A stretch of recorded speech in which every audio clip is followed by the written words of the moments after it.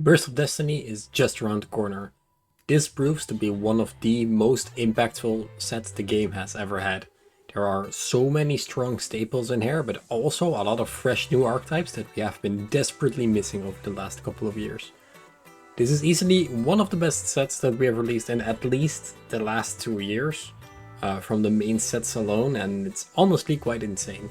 With regionals coming up, YCS is ahead, and this is gonna be a very long format. I figured it would be a very cool idea to run you guys through this set in a quick manner, not a 40-minute video, but we're just gonna talk quickly about everything so that you know exactly what's up with this set, with the new archetypes, with the new stuff that you can learn about real quick. And if you want to learn more about it, I will be focusing on a lot of the archetypes in this set and a lot of the staples in new videos in the future, so definitely stay around and subscribe for that. And yeah, without much further ado, let's go straight into the very first brand new archetype that is, I think, the main archetype of the set, the main carry of the set, which is Sword Soul. Now, Sword Soul is a very cool new deck, and it works by having their monsters summon tokens and then synchro summoning with the tokens. So it's a synchro based archetype, and the cool thing about them is that they summon tuners as tokens, which is very cool and interesting. So all the monsters have a very similar effect where they summon one of the tokens by doing X or doing Y. A lot of them involve graveyard banishing as well, and then when they banish their trap and their spell, they get additional effects. And overall, it's a very solid archetype. They end on 2 to 3 synchros, basically, if you just let them go ahead. While it is very strong, it is definitely nowhere close to tier 0. Personally, I think that this deck is looking really solid, but there's still so much contest in the form of Tri-Brigade, Dragon Link, Virtual World that I think it will definitely be a tier 1 deck, but it has a lot to compete with. Something else that it has to compete with is the sheer price of the deck. Now, with the main monster, Moyi, it's called, is a secret rare, and one of the key plays in the deck is the brand new Ecclesia monster, Incredible Ecclesia the Virtuous, which is also a secret rare, and her effect is, she has a Cyber Dragon effect where you can special summon her if your opponent has more monsters. And she's a quick effect to tribute herself, which is very overpowered, so you cannot really Vader it or anything. To special summon either a Sword Soul or a Fallen Valbas monster from your deck. So it's also kind of Fallen Valbas support. Really strong and versatile, and really starts off your plays. Also raises the price up from this deck. One of their synchro monsters is also a secret. A lot of the cards are ultra rare as well. The deck is looking really good, but also really expensive. So something definitely to look into. And the second archetype that is gonna make an impact is Flanderize. Now, Flanderize is gonna be very cheap. There are 2 secret rares in this set, and you might think, oh, that's gonna be expensive. But these are secret rares that you play 1 or 2 copies of, and one of them you don't even play. Their main keymaker, Robin, is a super rare, so it's really gonna be affordable. The deck is really cool. They do not special summon. They actually cannot special summon. All their summons are additional normal summons, and they can normal summon up to like 5 extra turns by using true Draco-like effects, which is very cool. They have effects when they are banished, they add themselves back to hand, they search other cards, they search their boss monsters. They have very cool synergy with other winged beasts like the Barrier Statue and Rise of the Mega Monarch. So if this was one of the decks you want to pick up, you're a little bit late in getting the Mega guys right now, or the Mega Ryza. So if you still have a couple of copies of the Mega Ryza laying around, then definitely go sell them right now because they are spiking in price.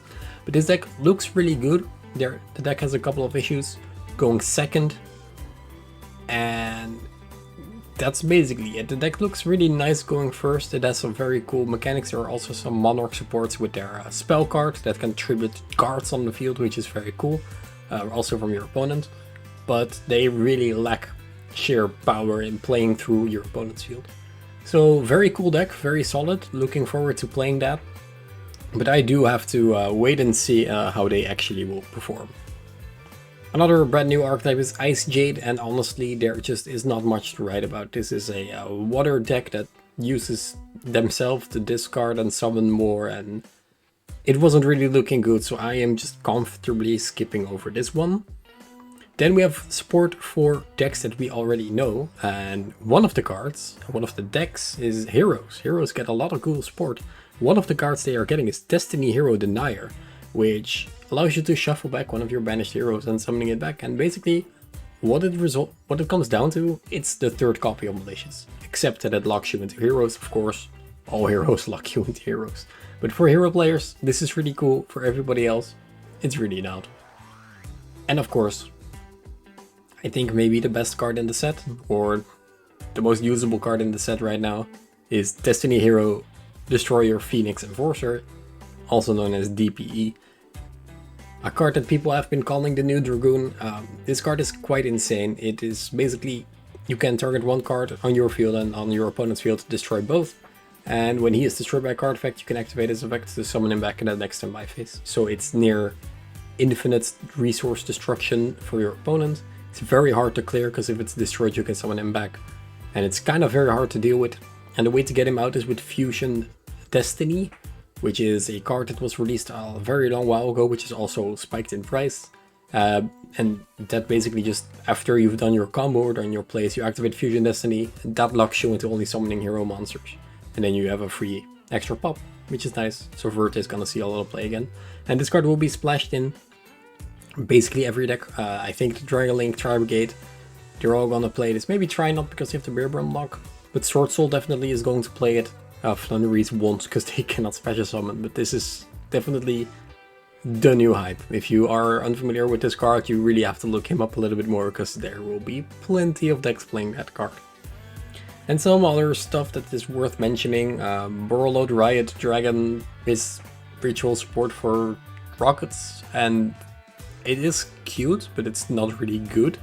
But it is interesting, summoning back other monsters, etc. It's still not Boral End, so that kind of sucks. And then we have Boral Code, which is basically Trisbaena in the battle phase, but it destroys, and it's also not really the best.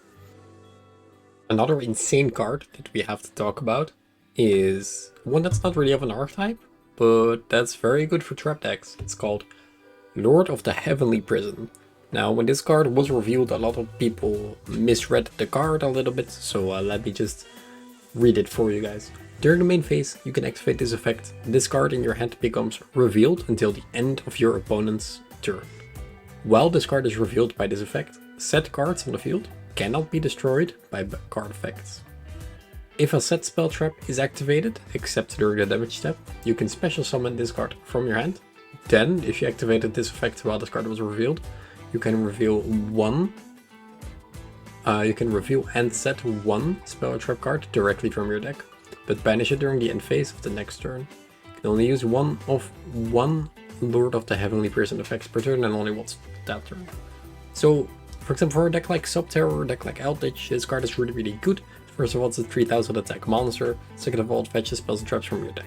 So how it works, in your turn, you reveal the card, keep it revealed. That means that your spells and traps cannot be destroyed, which is kind of insane, so you always play around the Lightning Storm and Twin Twister.